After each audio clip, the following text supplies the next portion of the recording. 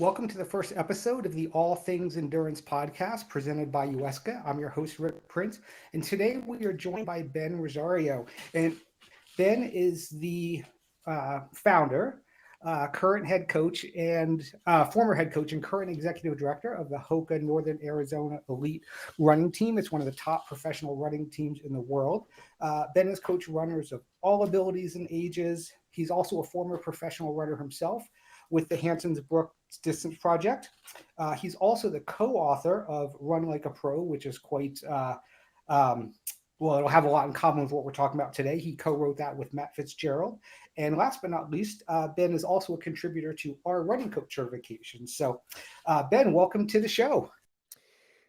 Thanks for having me, Rick. I'm excited. I know what's coming. You've prepped me, and these are all topics that I'm excited to talk about.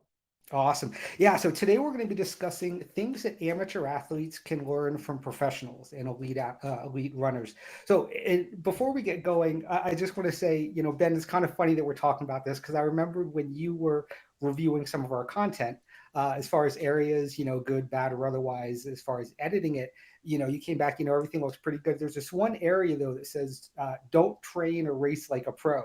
I'm like, well, why is that? He's like, well, I literally just wrote a book called Run Like a Pro. And obviously, we were talking about taking a pro's training plan and, just doing the same thing. But I thought that was kind of funny given what we're talking about here today.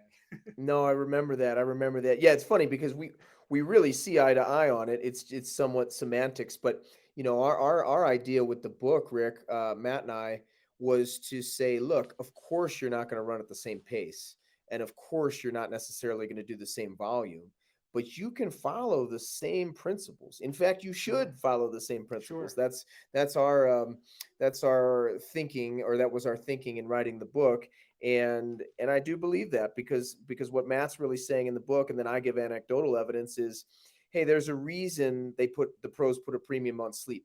It's because that's when you recover. There's a reason pros put a premium on making sure they run the correct pace in practice, because that's how you get ready for the race. There's a reason they think about their nutrition, and all these things. And I think the point is, hey, if you want to get better, you have to put a premium on these things as well.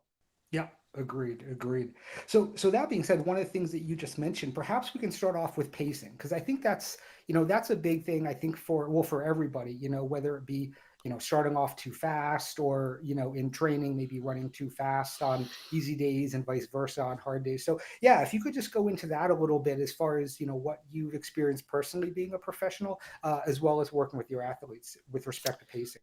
Sure.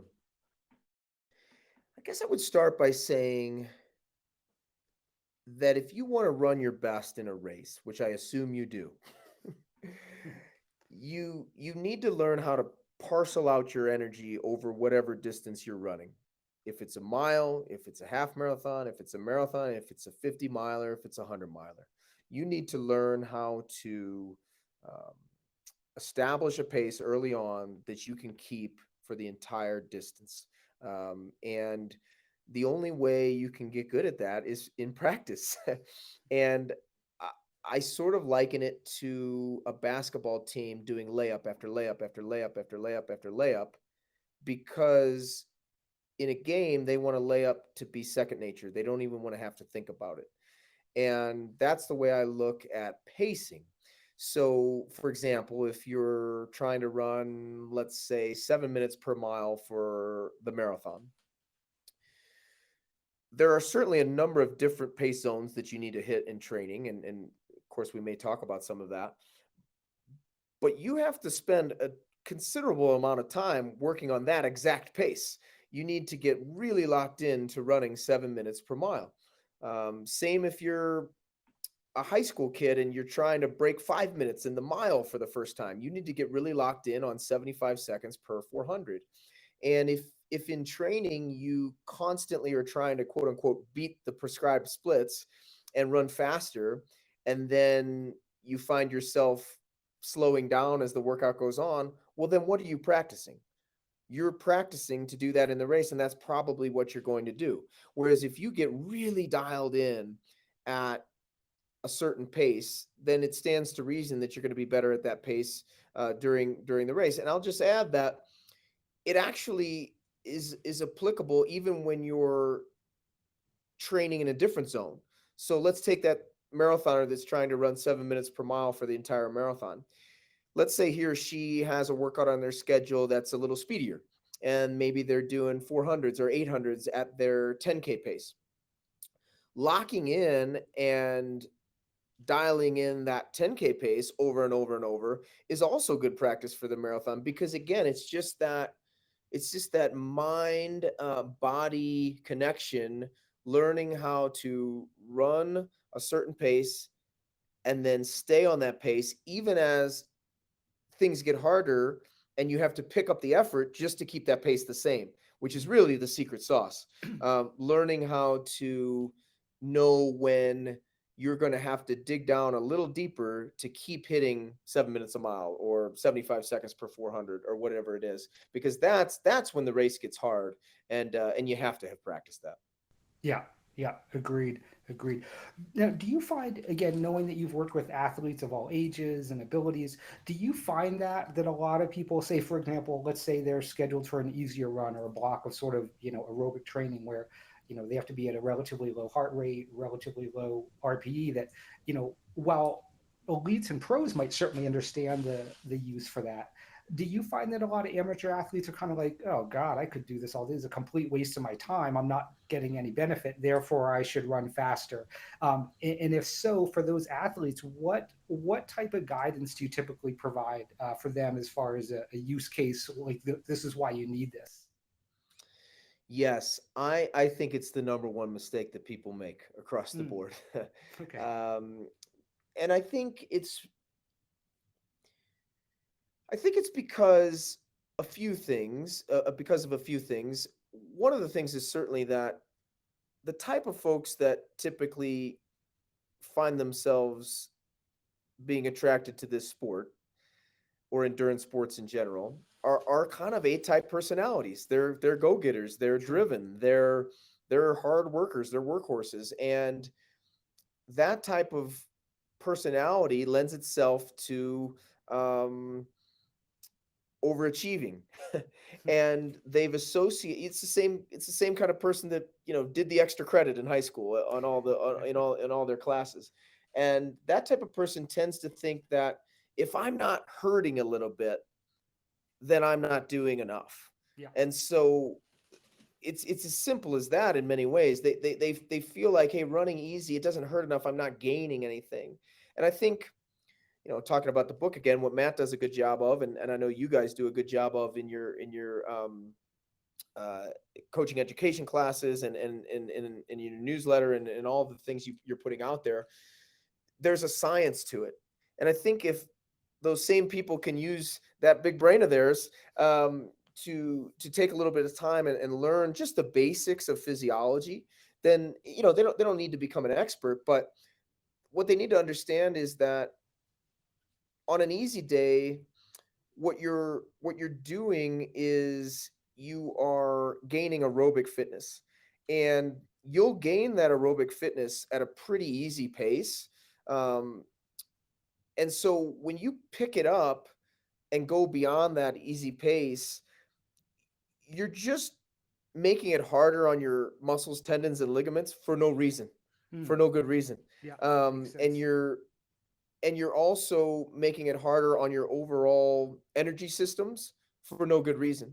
Hmm. And then when the hard day comes around, you're going to be just that much more tired, and your muscles and tendons and ligaments are going to be that much more fatigued for no good reason. Because if you had gone easy, the overall energy system would have recovered better from the previous hard effort. The muscles, tendons, and ligaments would have recovered better from the previous hard uh, workout. And then that next hard workout, you'll be more prepared. You can do it better and thus get more out of it. So it's all about trying to make gains. And when you train too hard on your easy days, you're preventing yourself from ultimately making the big gains that you can make on the hard days. Yeah, yeah, for sure. Yeah, that makes a lot of sense. And I think a lot of people probably don't think in those terms of sort of a macro approach to it. It's more of a, micro, like I just want to run hard because I'll get more fitness today versus tomorrow, the week after, the month after, so on and so forth. So one of the things you said, I mean, having lived in New York City for so long with a lot of type A people, a lot of endurance athletes there, the other thing I would say, at least in my personal experience, is not only are they a lot of endurance sports athletes sort of type A, but they're also very quantitative people. They love Yes. numbers, they love data, and now for better, worse, or whatnot, we have a lot of data, heart rate, in certain sports. Well, obviously running is getting into power, cycling with power, VO2 max, blood lactate, all these things you can associate numbers with. Do you find that working with elite athletes on your team, and again when you were an athlete, a professional athlete yourself, um, they tend to have a better grasp of rate of perceived exertion, and they're not quite as reliant on the metrics and sort of analytics. And obviously, if they want to go out and run XYZ pace, that's one thing. But I've found personally, when a lot of athletes that don't really have an understanding of the body, that always just go off pace, they just live and die by their smartwatch. And Yeah. if the pace goes wrong there, then they kind of don't know what to do. Yeah, I think there's a lot of that. And I think that happens even at the highest levels, but I do think that overall the pros are a little bit better at it. And it really just comes with practice. I don't think that has as much to do with their talent as it just does with their experience. They've oftentimes been running pretty seriously since they were 14 years old. Sure. So you just get to know your body in a way that you can't if you just started when you were 30 and now you're 34. Yeah. That's just not, you can't expect that person to be as good at understanding their body and their body's needs as someone who's been doing it for 20 years. However, we can all get better at this, and we can get better at it in a number of ways. Oftentimes, very simple ways. For example, why do we have to wear our watch on every run? To your point about data, Yeah. the world is not going to come to an end if you do a run without a watch and it doesn't end up on Strava. I promise. The sun will rise tomorrow. And one of the things that you can do that's kind of fun is keep your watch at home. Uh, Run a loop that you run all the time, right? Let's say it's a 6 mile loop, 8 mile loop, whatever, uh, and run it. Start your watch and leave out the house. Leave your watch on the table. Come back, come in the door, click the watch, see what you ran. Yeah. Right? And Sure. and associate that time with how you felt. And you Yeah. begin to get better at understanding the paces that you're running without relying on your watch. These are things that you can do. Same thing in a hard work. I mean, that was an easy run example, but you can do things like that on a hard run too. If you've been very committed to super structured, uh, quote unquote hard workouts, 10 times 800 meters, 15 times 400 meters, 5 times 1 mile, 3 times 2 mile, whatever it might be. Um, Switch that up and turn it into what we call a fartlek. So instead of, what was an example I gave? Instead of 10 times 800, which is essentially, depending on the pace you're running, 10 times 3 minutes, 10 times 4 minutes, right? Um, just do 10 times 3 minutes. 10 times 3, go out on a loop that you normally run 10 times 3 minutes at an effort that you perceive to be uh, the effort at which you would run those 800-meter repeats, and take a 2-minute jog in between, and then look at the watch afterward and see Hmm. what the data told you, and see Yep. if you were able to stay on pace throughout without being so reliant on the watch. So these are things that you can do that over time you'll get better. And I think just a nice mix of being data driven, but also perception driven. Yeah, yeah, no, that's great. Great tips.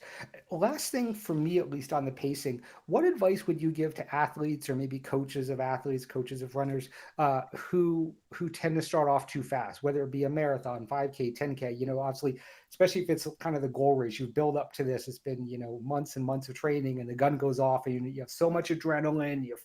And I think obviously I think it's probably more of a beginner issue, but I think everyone's guilty. But I certainly am. And so I want to get your thoughts if there are any tips or advice that you might give to runners again, or coaches of runners to help their athletes out. Yeah, stop doing that. No, Easy, done. um, well, I'll start with this. And I believe this is still the case. It was the case for a long, long time. Of course, world records are getting beat every 2 seconds now with the new shoe technology. But Yeah. for a long time, every world record 5,000 meters and above, actually it might have even been the mile and above, was set with a negative split, Hmm. meaning that the second half of the race was faster than the first half of the race. And so take a deep breath and absorb that. That means that the best races ever run in the history of distance running were run with a negative split. So we can extrapolate from that that the best way to run is to run a negative split. So if we can come to that agreement as a collective endurance running community, then we can say, okay, well, if that's the best way to do it, then that's how I should do it. Okay, Hmm. so let's agree on that first. Then we say, okay, well, how do I get better at it? Well, it comes back to what we've been talking about. It's practice and it's pacing, Yeah. and it's taking every single workout that you do and always doing it in that manner. Unless for some reason, and this is more like pros and stuff, there was a reason to do it a different way for a particular race you were getting ready for. But I think for the 99% of the running population, your workouts should be run in that manner. So again, let's go to that 10 by 800 workout. Let's say it's supposed to be 330 per 800. You should not be starting in 320 and then working your way toward 330 and ending in 340. Hmm. You should be starting at 330 and running the next one in 330 and the next one in 330. And if you accidentally run a 325, then you should run the next one in 330. And if you accidentally run a 335, you shouldn't run a 325 to make up for it. You should just run another 330. And you get locked in at doing it in practice, and it becomes easier to do it in the race. The big difference on race day that sometimes people get stuck or people struggle to deal with is the adrenaline. The Yeah. adrenaline is higher on race day. So you have to kind of know that. It's like a golfer who is on the 18th fairway trying to win the Masters. The caddy will lie to them a little bit about the yardage Hmm. because they know that adrenaline, they're going to get an extra 5 or 10 yards just from Hmm. adrenaline. And so Interesting. so that's the analogy I would use. So when you're running the first mile of a huge road race or a big marathon, your goal race, your perception is probably a little off because of adrenaline. So if your pace is supposed to be 7 minutes, quote unquote, try to run a 7:10. I Yeah. bet you'll run 7 minutes. Yeah. Give yourself 5, 10 seconds for the adrenaline. Hopefully that Yeah. made sense. Yeah, no, that's a great tip. That's a great tip. I lived in New York City for a long time, and each weekend they have those big New York City Roadrunner races. 6, 7,000 people. The gun goes off, and I never ran with a watch. But I'd see the first mile split. I'm like, oh God, this is going to go bad for me. This is, Yeah. Yeah. it's all Yeah. going to be downhill from here. So those are great tips. Those are great tips. So let's go into another thing that you talked about. Let's go into rest, because again, this is another thing. Again, I certainly feel that I think everyone probably has issues with this, but certainly kind of that type A. Rest equates to not seeing gains. Rest equates to I should be out there running harder or just running in general. Again, I think it comes back to a little bit about that knowledge of physiology and how the body works, and that rest is so critical. But I think for a lot of people, rest is a negative, and they're just chomping at the bit. So yeah, if you could address that as well, kind of how the pros and elites, what their perspective on that is versus maybe what, not all of course, but a lot of amateur athletes that are amateur runners that are trying to improve. Yeah. Well, running it's a simple sport in a lot of ways, but there are some fairly advanced physiological principles that we need to understand and adhere to. One of which is this is a weight bearing sport. I mean, Yeah. there's just I'm sorry, it's not swimming. There's a reason Michael Phelps can swim 8 races over the course of 5 or 6 days in the Olympic Games because your heart and lungs can take it. It's no problem. You can Yeah. exercise a whole bunch and your lungs are not going to explode out of your chest, I promise. But as runners, we're pounding the ground. And so it's really the muscles, tendons, ligaments, and even bones that need the rest. I'll give another. You can tell I like analogies, so I'll give you another analogy. You, I think we know, even if we're not weightlifters ourselves, that the people trying to set the bench press world record, they don't try to set the world record every day. It wouldn't work. They would stale out really quickly. They have to Mhm. take breaks in between trying to push that weight up and set those new marks. And it's kind of the same way with running. We can't think of it like I know this isn't a video podcast, but we can't think of it as a completely linear trajectory. We have to think of it as an ebb and flow. It should look like like hills and valleys, right? So we do a hard workout. That's a hill, right? And then we have to rest, okay, and go into the valley before we go up again. Now, overall, the trajectory is headed in the right direction, but there's ebbs and flows, and those rest periods are really important because you won't get to the highest peaks if you don't take those rests. Um, Let me talk physiology. What is happening when you rest? So, I mean, there's on a macro level, we're talking about like sleep and real recovery. Of course, that's part of resting, and that's when our muscles repair themselves, and that's when we build our energy back up. But in terms of like rest days and making sure that every day isn't too hard, I think I talked about that a little bit before. It's that's your body's chance to recover so that you can go harder on the hard days. Do you want me to talk about like rest at home, or why you don't run hard every day? Yeah, maybe both actually, because I think both are kind of problems, whether it be, even from the taper tantrums to, yeah, just running easier. Just, yeah, anything that, again, maybe advice that you could give, or even little tips that would help athletes kind of appreciate why it's so important, and maybe even how to kind of implement it. Yeah, okay. So I'll use the run like a pro uh, theory here, which is let's learn from the pros, understanding that we can't do everything exactly like them, but let's learn from them. Okay, so let's establish it's their job, right? So they have to do everything possible to be at their very best on race day.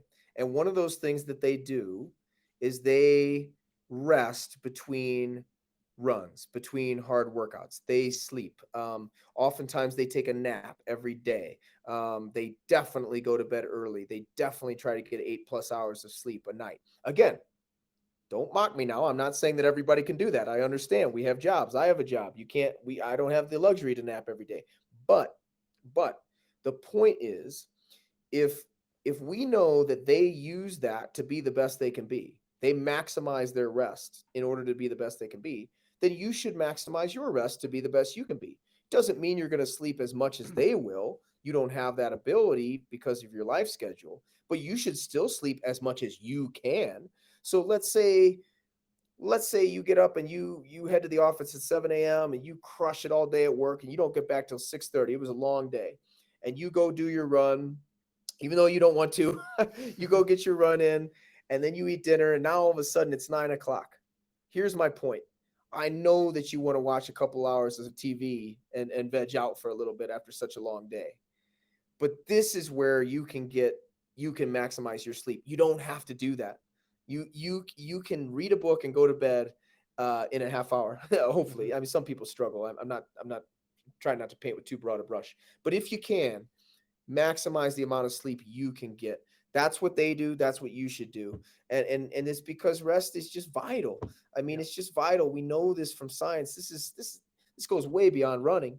And I would just challenge you to think about your rest and make goals associated with your rest. We're so quick to make goals that are associated with our running. I want to average this many miles a week. I want to run my next marathon in this time. I want to get my long run up to this amount of distance, right?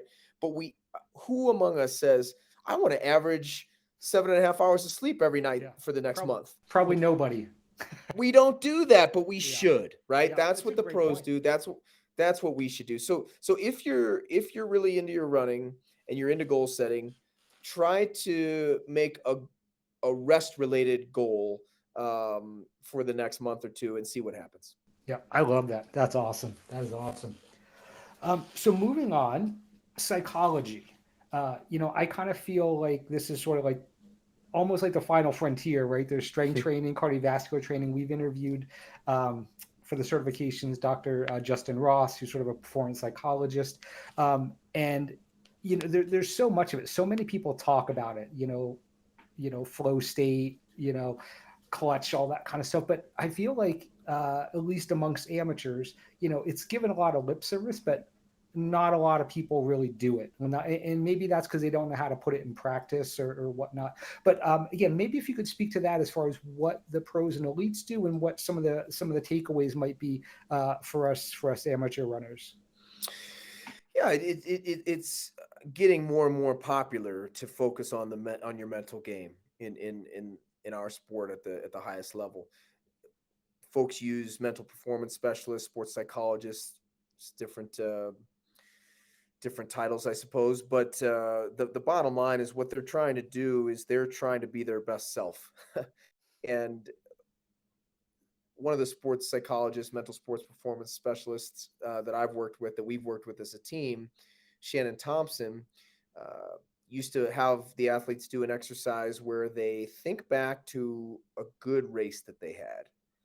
And instead of thinking about the things that they did during the race physically, I ran this lap in this time, or, I closed well. Um, she has them think about what was going on in their life in the couple of weeks leading up to that race. Hmm. What was their mental state leading up to the race, in the days leading up, in the hours leading up, in the minutes leading up? How did they feel? What were the external things going on that led to that feeling, those feelings?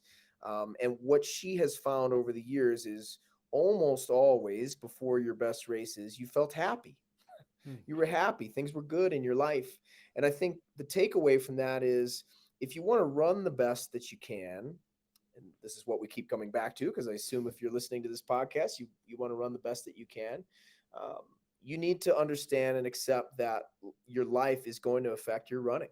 And we want to be happy anyway, of course, but but we need to think about our mental health, and we need to cut ourselves some slack sometimes and put our mental health first. Because guess what? Everything's going to get better. Work's going to get better.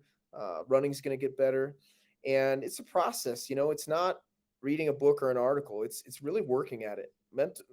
Your mental health takes, in a lot of cases, just as much time and effort as your physical health and your running and your training. And I'm not going to sit here and tell you exactly what to do, Sure. because everybody finds their way to mental health differently, but you need to put a premium on it. That's what I would tell you. And the pros absolutely do that. They think about their mental health, and some of them like to use psychology in a way that's really related to their running. They think a lot about what they want to think about during the race, and what they mantras that they want to use during the race, and those sorts of things. And then some people find that to be too much, and it actually is a negative for them. But no one that I've come across has found working on their mental health and their happiness to be a negative. Yeah. that, that Yeah. that's Yeah. what I would say. So start there as it relates to mental health and sports psychology. Find your way to a happy place in life, and then if you want to experiment with some what you might call traditional sports psychology, where you're using some mental tools and tricks during the race itself, sure, go ahead and try that. You might find that you like it, you might not, but get yourself in a good place mentally. Yeah, that's a great point, and that's something I didn't even obviously when you say that, it sounds like common sense, but I think probably so many people, myself included, until you just said that, probably don't appreciate that. Like, okay, I've been in a bad mood all week, job pissed me off, whatever, but and I ran poor, but there's no association between the two. I'm sure that has nothing to do with it. I really appreciate that information. That's great. Yeah, yeah, yeah. When you speak it out loud, it makes a lot of sense. It does. It does. Um, so moving on. So form, running form. When I'm standing out there and I watch my wife, run the New York City Marathon, I watch the pros go by, and then as it, and time goes by, and then, kind of to medium speed, and then those runners that are towards the back of the pack, the form looks different. Um, and again, to your point, pros, they get paid for it. This is their job. They look different when they run, than the rest of us. Certainly, at least me. So, any specific, maybe some sort of some of the big ones, if you could think of it, as far as like if I wanted to do, 3 things to improve my form, things that pro runners work on, what might those some of those things be? Yeah, I mean, look, at the end of the day, there's a there's genetics are at play here, Sure, sure, there's a reason the pros look like they do and the back of the packers look like they do and run like they do, and that's okay. There's a lot of things that are relative, though, when it sure. comes to form and when it comes to the sport in general. So the things that are, I think, relative are number one, being relaxed in the upper body. So maybe you would think it's strange that I would start with the upper body because we're running with our legs. But I find anyway that if your face is relaxed, your jaw is relaxed, your shoulders are relaxed, your chest is then able to expand better, grab more oxygen in through each breath.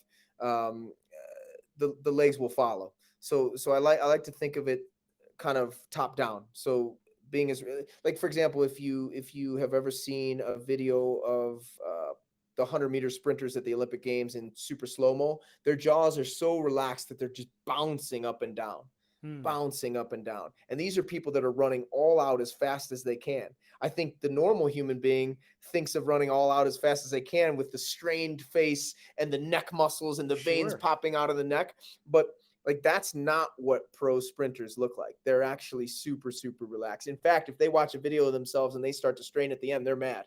That Hmm. means they're because you're going to slow down. Yeah, You're yeah, going to slow down interesting. if you're not relaxed. So I would start with that.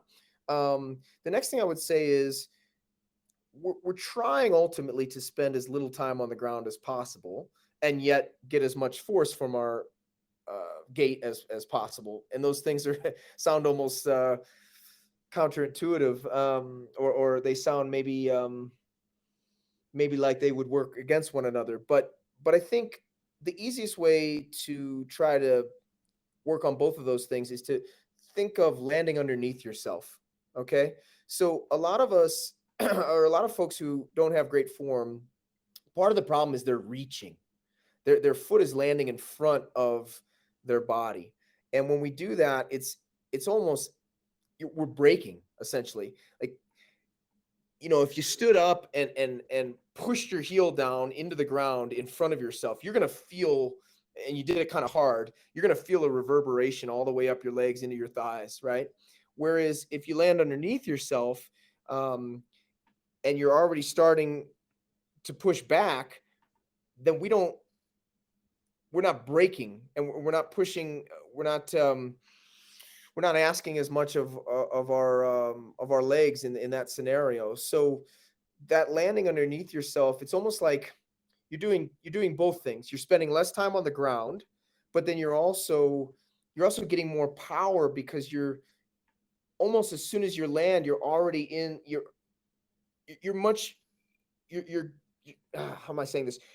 You're getting into that next phase of the gait cycle quicker, and Yeah, you're pushing off and getting more power. Whereas if you're out in front of yourself, you have to first slow down and then get underneath yourself, and then you finally push off, yeah, and you're not going to have as much power that way. So be relaxed up top and land underneath yourself. I'd say those are the biggest things, because the foot strike is going to be different for everybody. Some sure. people are a little more heel strikers, some midfoot, some way up on their forefoot. You can watch the pros, and they're different as well. I don't think that's as much of a separator as some people would like to make it out to be, um, because you can land on your heel a little bit and still be underneath yourself. Yeah. That's okay. I just think that's the biggest key. Yeah, no, that's great to hear, because I do think within the running community, there's been, I honestly, ever since, the Born to Run book came out, I feel like it created this almost divide between not just footwear type, right? Like minimalist footwear, barefoot versus, running in shoes, but also foot strike type, like midfoot correct, heel bad, and I think as time's gone on, it's, to your point, it's been proven where the foot hits, in relation to the body, relation to the center of mass. But yeah, it does seem still to be a fairly polarizing topic. So I'm glad that you brought that up. Yeah, it shouldn't be. It's crazy. Beware of any beware of anything that suggests there's one way to land or one way to run, because there, last I checked, there are 8 billion people on the earth. So to imagine that we should all be running in the exact same way, you really don't understand how the you don't understand anything about the body essentially, Yeah, right. because we're all slightly different in the angles at which our tibia and our fibula connect to our ankle. We're different in the way our femur connects. I mean, everything is slightly different in our bone structure, and that is what ultimately creates our foot strike. Yeah. Those slight different angles in our bones, and if your bones are structured a certain way and you try to change your foot strike, you're going to get hurt. Yeah.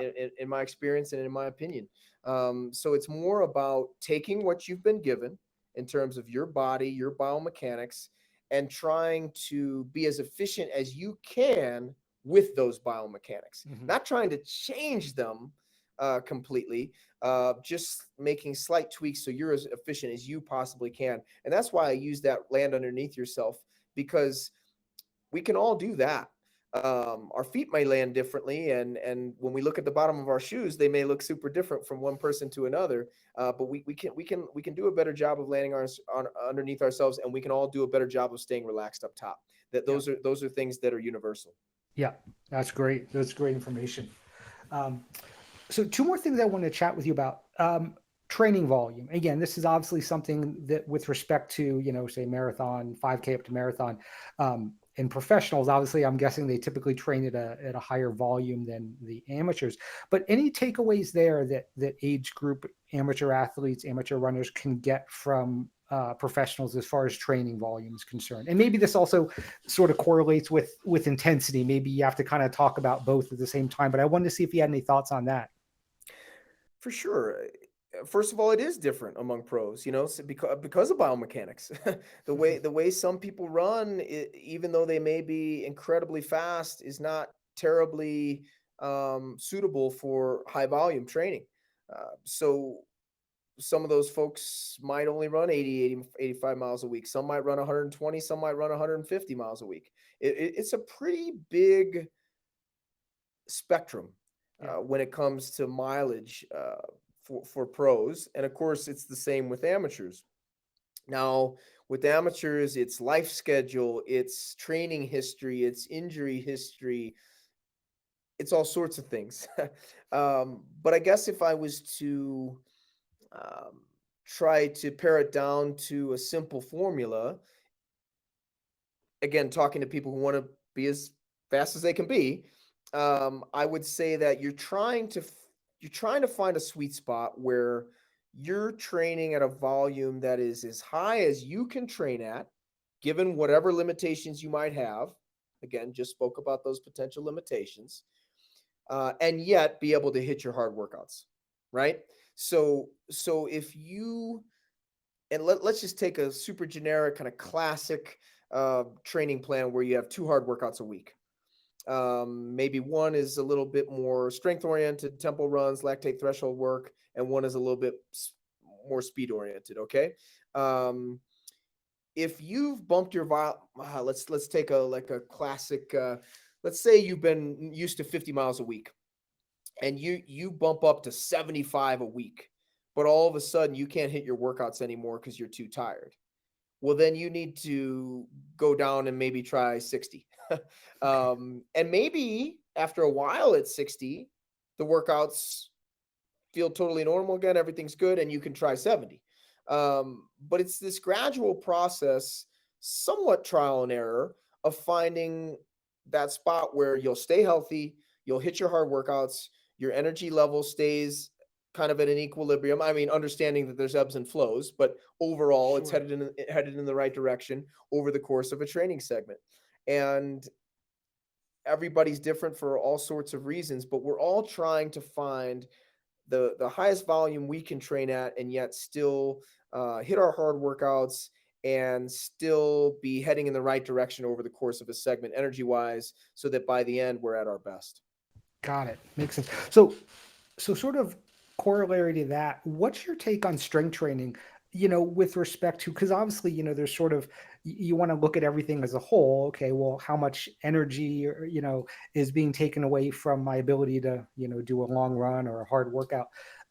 Again, looking at it through the lens of a professional coach working with professional athletes, how important do you feel, strength training is? Again, functional to runners. I'm guessing that, a lot of amateurs, age groupers, they're doing strength training just because they want to look better, feel better, have, more for health reasons, maybe than just outright running performance. But I just want to get it, sort of opinion on that, if you have one on that topic. Certainly, I have one. I think it's vital if you want to be as fast as you can possibly be and if you want to last a long time. Um, we talked about form earlier. One of the one of the biggest enemies of good form is lack of strength training. uh, Okay. because if all we do is run, we're going to break down. We're going to develop bad habits.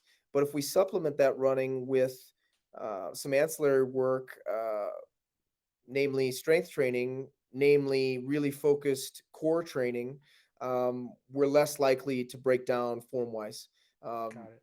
which ultimately means we'll be faster. And again, that's what we're trying to do here: be as Yeah. fast as we possibly can.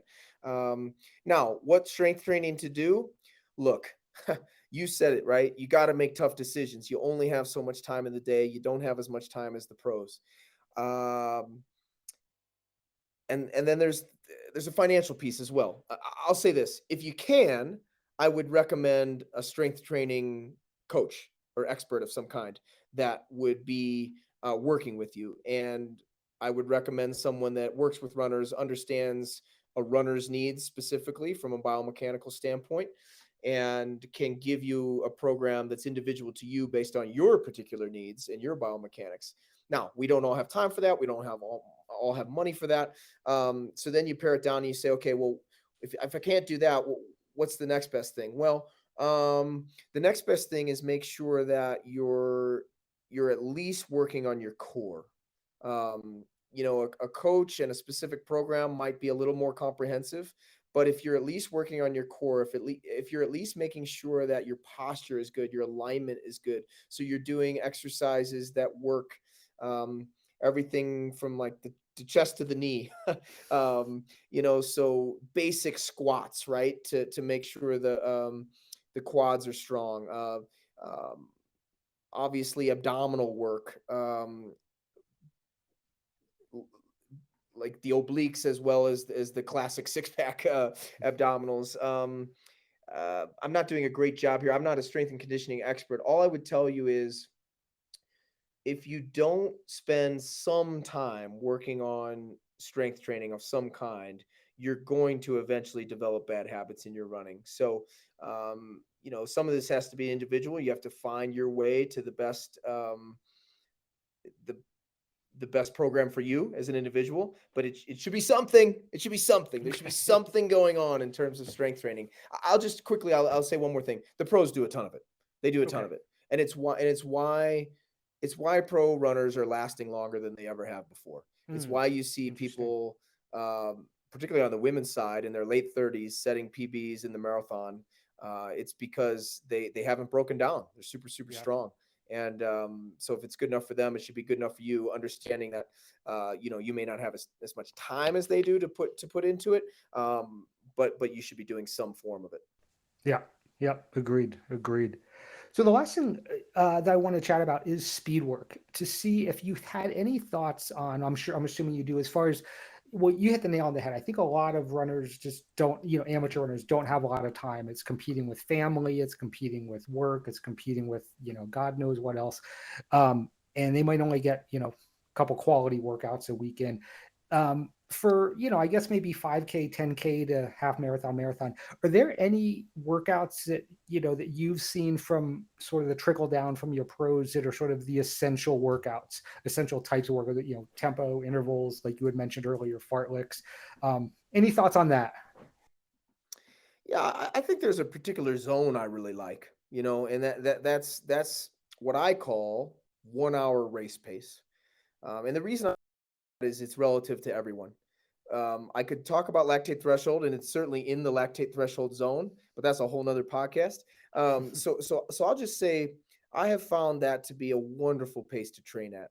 So what I mean is, you look at a chart and you see what you could race at for 1 hour. So, for example, a male pro can run a half marathon in an hour. So it's their half marathon pace. Somebody else, they might run a 10K in 1 hour. So it happens to be their 10K pace. It doesn't matter the distance. It's not about 10K pace, half marathon pace. It's about the pace at which you could race for 1 hour.